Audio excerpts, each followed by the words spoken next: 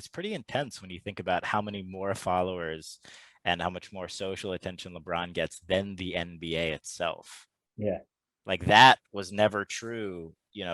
Michael Jordan had obviously insane awareness, but he didn't have one click away awareness where he Yep. could post on social media and the whole world knew. He had to put out press releases. He had to like speak through people, or he had to go on TV, and he didn't own the TV stations. They could have said no, or the NBA could have prevented him from going on TV and saying those things. I'm just saying, if I had the money and I was looking at buying NBA teams, there's more than just what most people think. Well, it's like it's funny. I was talking to a professional athlete the other day, and one of the things that we were talking about was like if you had to purchase a team in any sports league in the world, right? So Mm-hmm. NBA, MLB, NFL, you could do any small leagues, right? Lacrosse, women's soccer, whatever it was, any league in the world that if you could go and purchase a team, where would you purchase, right? And I think the most obvious things are probably like the NFL or the NBA, right? They just have such a long track record of consistent growth, like year over year for multiple decades. And one of the parts where he said was a big differentiator for him, and this guy played in the NFL, so it spoke volumes to me, was that he would have preferred an NBA team because of that star power, right? So you have LeBron James who comes in the league and he's a superstar for 20 years, right? Almost 2 decades. And there's numerous players like that, right? Just the longevity of these guys and the star power that they have. It's global. It's a game that's played everywhere in the world, right? So it's much bigger on that stage. And the NFL has that to some degree, right? Like you have the Patrick Mahomes and guys like that. But it's very few guys that make it 20 years straight of kind of that total trajectory of like a Tom Brady, right? He's the perfect example because he's one guy that has done it. But in the NBA, it's much more common, right? So Giannis will be here and he'll be good for the next 10, 15 years. LeBron's been good forever. There's a bunch of examples you could go through. But I just thought it was super interesting from like a big sport perspective. Even those athletes realize like the NBA has all these stars that are just like they can sell anything. They have the biggest audiences and all of that. So I think it's interesting too when you think about like where it goes from here, because that's one of the biggest advantages for the NBA, but it's also probably one of the biggest threats, right? If we move into like further down this digital age of these players feeling more empowered and having these channels and these voices and everything like that, should LeBron James not get equity in a team, right? Like I don't know, maybe. But well, to be fair, I'd love your take on this, right? So he moves to the Heat, he comes back, wins the championship with Cleveland. We won't even go through kind of what that meant to the city emotionally and to Dan Gilbert and all of the fans like that. But just from an economic perspective, locally, he was injecting like 50 to $100 million additional money into the economy on top of what they were doing previously. Just stupid money, Right, right? And he's right. there for multiple years. It compounds, and then you have the team sales and the jersey. It's just merchandise. It's everything, right? So a player like him changes everything because now you're making the playoffs. Like he leaves, you're not making the playoffs. So there's just, I mean, you could go all day on the differences it makes. But what happens if these players start realizing that? And I mean, they realize it to some degree, right? There's just no mechanism to do Well, it. it's so interesting, right? Because again, it's like at face value, like if I were Dan Gilbert, who owns the Cleveland Cavaliers still, I believe, Yeah. um, and the NBA allows it, I'm offering LeBron max contract plus equity. Yeah. But what that means is he can't play anywhere else while he's a professional. Now, is LeBron willing to take that? I don't know. I don't Yeah. know, because one day he's going to be able to have a piece of any team he wants, or the entire team, which I think is what he really wants. He doesn't want to be a partner with Dan Gilbert, who has said some nasty things about him. I don't know if you remember when he was Oh, yeah. traded or when he left to go to Miami.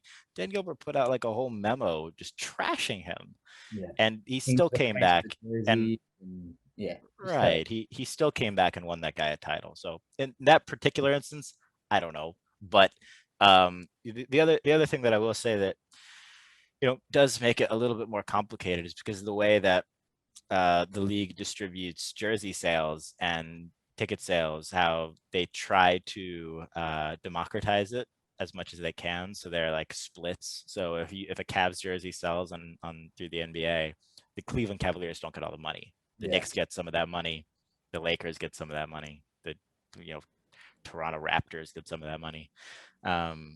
But locally speaking, Dude, it's so huge getting guys like that, but from how much it actually impacts the team owner, Yeah. I'm curious what that number is. I don't know.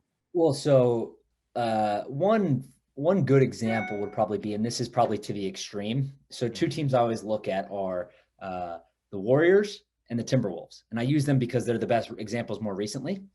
The Timberwolves are the perfect example as to why a closed and a capped league like the NBA is beautiful for an owner because Hmm. they've been terrible, right, for 2 decades.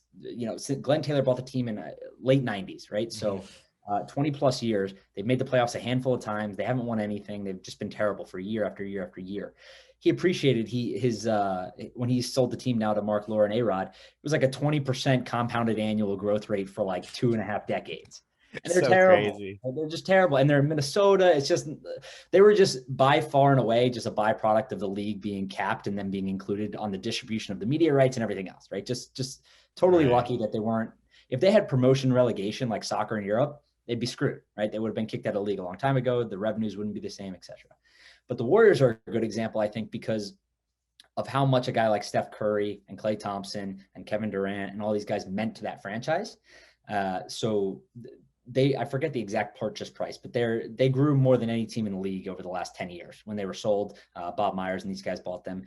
It was similar to the NFL situation where Jerry Jones was laughed at for the amount he paid, right? It was just the most any team had been paid for. And it was the Hmm. same thing in the NBA.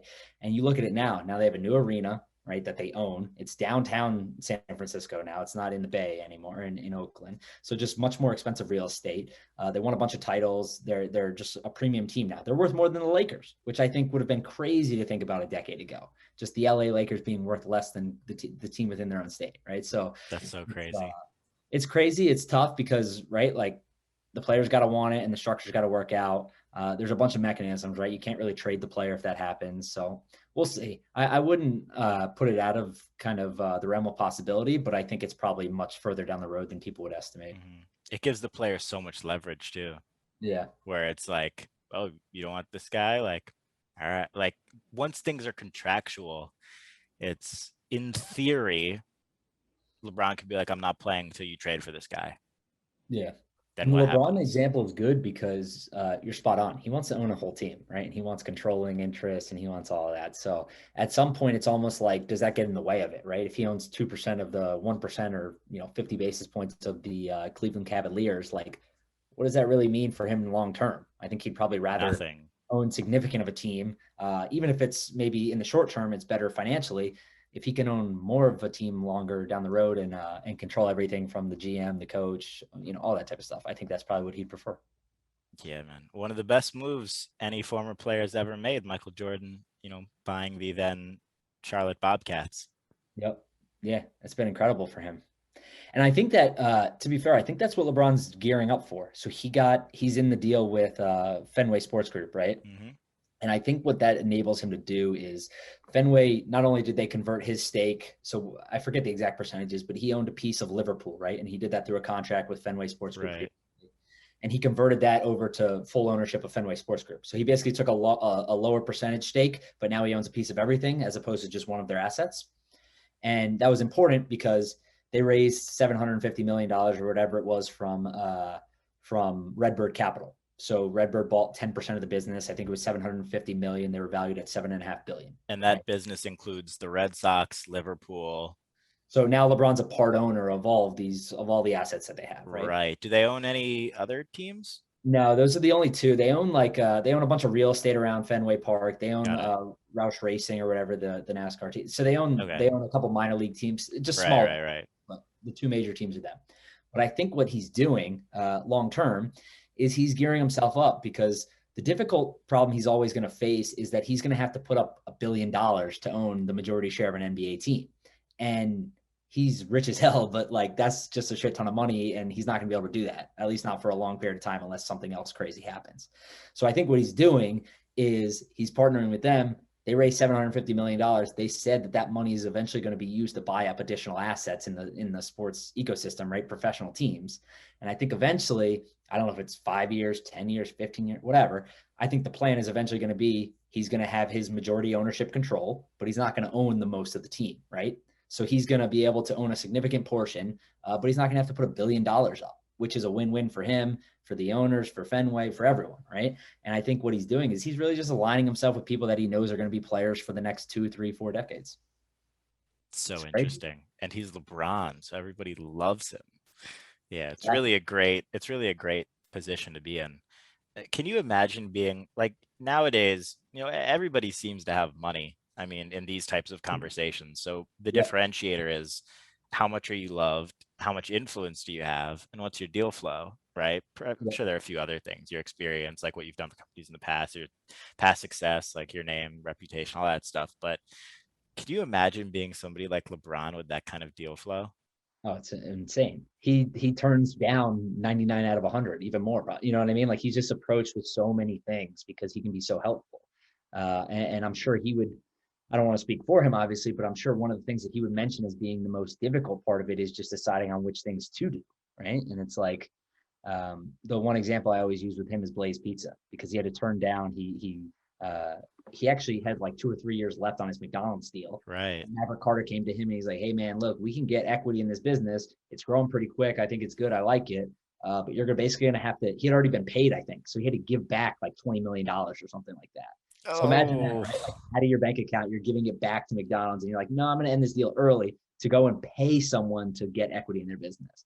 So it's just like it's a bit right. Like to us and normal people, it sounds wild, but to him, to be able to think, "Hey, look, I got plenty of money to do what I want. Like this is a generational play." And to his credit, it's worked out beautifully, right? Like those Blaze pizzas are popping up everywhere you could imagine, and his equity stake is worth a lot more. But then look, like it's a total kind of web for him because then he markets the product. He gets paid a marketing fee by Blaze Pizza. He owns part of the business. It's just guys like that. Once you build up past a certain level and you have that audience and that star power and that influence, like you said, it's just it comes down to like which projects do you just want to get involved